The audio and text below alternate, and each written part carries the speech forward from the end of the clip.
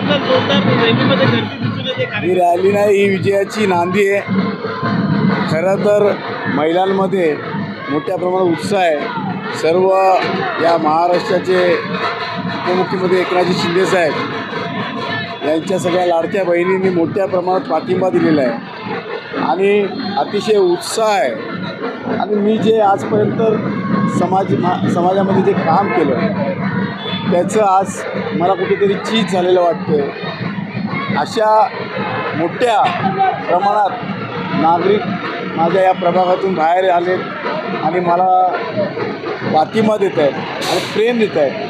मी त्यांचं खरंच ऋणी आहे की येणाऱ्या काळामध्ये हे जो पाठिंबाने प्रेम आहे हे माझ्या पाठीवरती एक वेगळं अजून ओझं वाढलेलं आहे.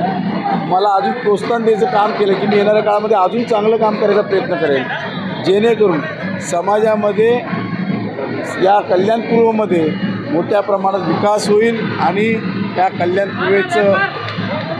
कल्याणपूर्व शहर हे कसं एक नंबरला येईल प्रामाणिकपणे असा प्रयत्न करेल. प्रचाराचा तोफा थंडावणार आहेत. 2 दिवस 15 तारखेला मतदान आहे. मतदारांना काय आवाहन करायला आपण? मतदारांना एवढंच आवाहन करेल की जो आपल्या एका हाकेला धावून येणार, जो आपल्या अडचणीच्या वेळेस तुमच्या पाठीमागे उभा राहील आणि प्रत्येक विकास कामासाठी प्राधान्य देईल, अशा व्यक्तीलाच आपण मतदान करून विजयी करा.